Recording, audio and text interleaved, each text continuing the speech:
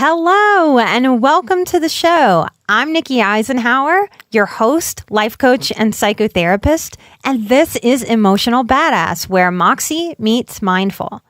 On today's episode, we're discussing regret and high sensitivity.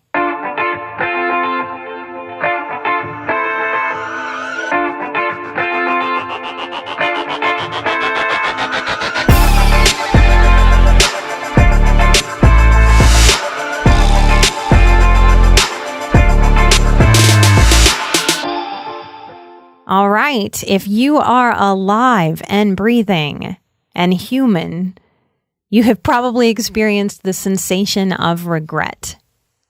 Now, I pulled out my old trusty The Emotion Thesaurus. I've used this book on at least one other episode. The authors are Angela Ackerman and Becca Puglisi. The Emotion Thesaurus, a writer's guide to character expression. And they define regret as sorrow aroused by circumstances beyond one's ability to control or repair. And regret is one of those things that if we're alive, we're going to move forward in our futures and look back and be able to see with more clarity how we could have made better decisions. I think for sensitive people, particularly high sensation seeking sensitive people, this is a particularly draining process. In the Emotion Thesaurus, it outlines mental responses of regret. I'm going to read them to you. Self-loathing, the feeling that one deserves pain or judgment, obsession with the person or event associated with the regret, reliving past events, thoughts that turn inward. There's the mental response of trying to forget the event. And if we're trying to forget and forget and forget, we're not really forgetting, are we? A desire to go unnoticed, distractedness, wishing it hadn't happened. So when I look at this list, I think, yeah, that's what my highly sensitive people go through.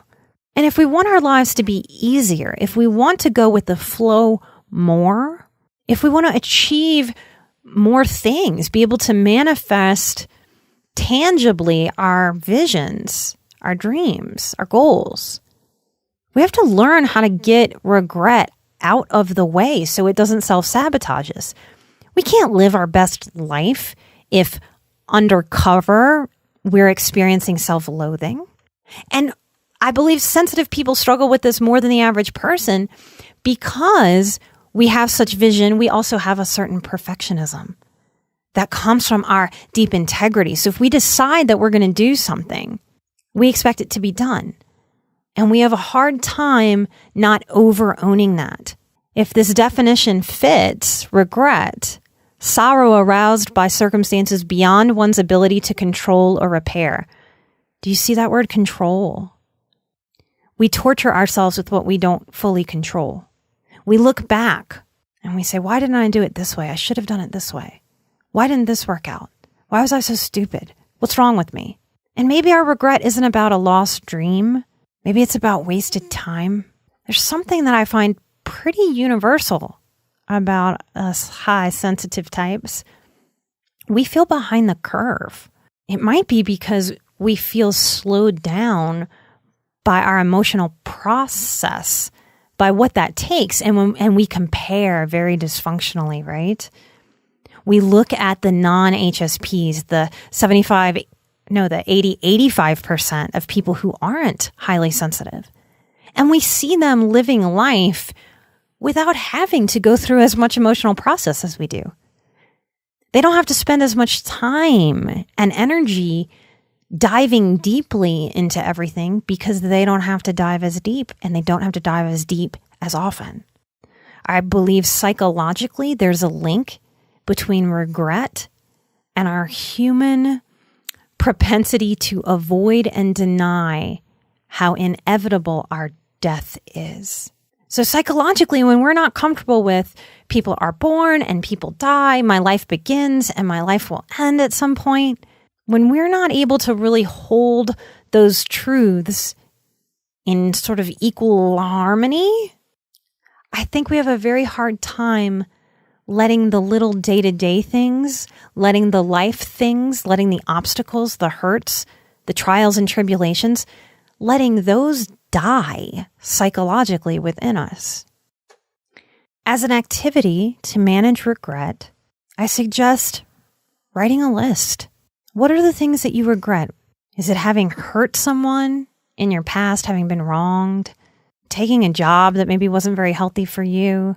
Maybe not realizing that a boundary that you needed. Maybe you needed a boundary, like you needed to be sober for a while, but you went out with friends and had a drink, and that kicked off a binge. Maybe you regret things that you've said to someone. Maybe you regret letting go of a dream. Maybe it's time to quit a profession. I'm talking to a lot of healers out there. Maybe you regret some choices on your path. Maybe you're even listening to this show and watching me and my career and trying to figure out what to do with yours so that you can have more enjoyment, more fulfillment, less headache. Whatever it is that you're looking at, having kids, not having kids, whatever your regrets are, list them out, look at them, and consider what your perfect, exact, imperfectly perfect, right? What your perfectly imperfect, exact goodbye needs to be for your regret. We can have a funeral where we say goodbye to a thing, to a dream, even to a hurt, the same way we can say goodbye to a person as they've died. And we must tell them goodbye and move on. And the biggest honoring of them is to move on and live our lives more fully.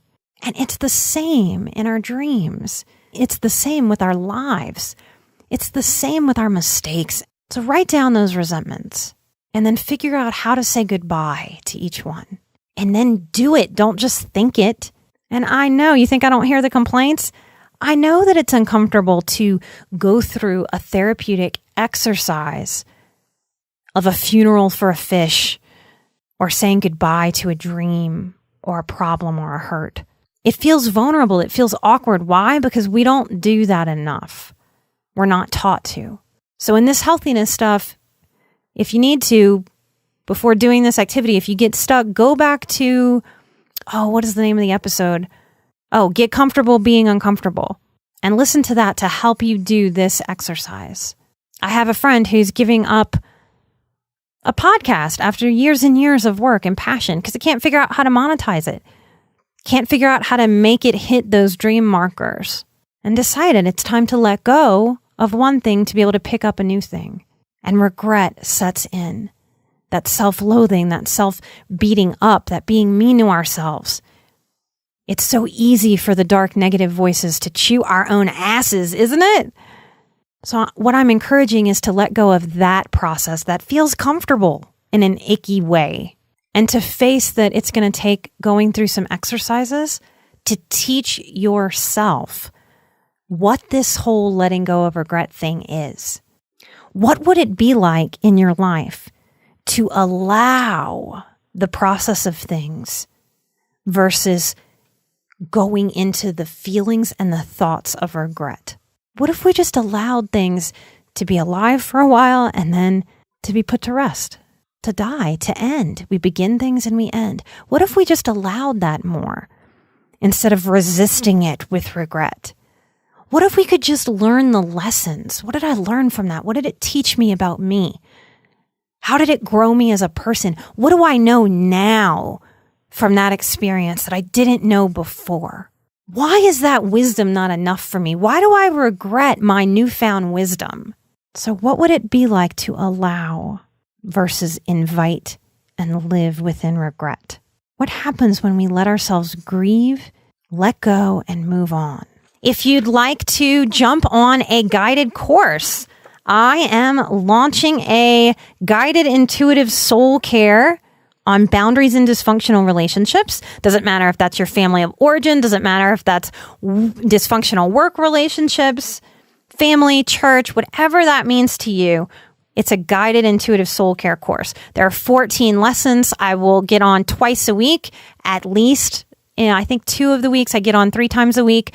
It's a 4-week course, just in time for the holidays when all of us really need those boundaries and self-care tips. So you can get on my website and find out more about that. Sign up with code IAMREADY to save $50. Code IAMREADY on guided intuitive soul care, boundaries, and dysfunctional relationships.